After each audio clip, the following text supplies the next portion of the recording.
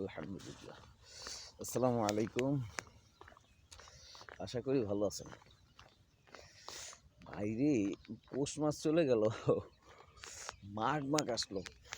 মাঘ মাসেও ভয়ানক শীত লাগতেছে আজকে। আজকে কিন্তু শীতটা একদম চিকন শীত, শরীরের ভিতরে ঢুকে যায়।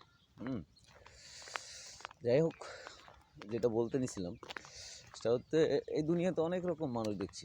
কেউ মদ বেচে দুধ খায়, কেউ দুধ বেচে মদ খায়। অনেক রকম মানুষ। কেউ বাবা মারে ভাত দেয় না, কিন্তু বড় বড় আলেমকে দাওয়াত দিয়ে খাওয়ায়। আবার কেউ বাবা মার টাকার অভাবে চিকিৎসা করাতে পারে না, কিন্তু সে মসজিদে এতিমখানায় দান করে। ভাই, কোনো দানে কাজ হবে না। কোনো আপনি যত বড় বড় আলেম মুফতিকে খাওয়ান, কাজ হবে না যদি আপনার বাবা মাকে আপনি কোনোভাবে কষ্ট দেন, তাদেরকে খাবার না দেন, তাদের চিকিৎসা খরচ না দেন। কী লাভ হবে আপনার দান খরচে? অ্যাভেলেবেল মানুষ দেখতেছি 5 ওয়াক্ত নামাজ পড়ে, তাবলিগ করে, জামাত করে। তাবলিগ জামাতের লোক আসলে তাদেরকে দাওয়াত দিয়ে খাওয়ায়, কিন্তু মগার তার মা ঘরে পড়েছিল, বাবা ঘরে পড়েছিল, তাদের খোঁজ খবর নেয় না, নিত না।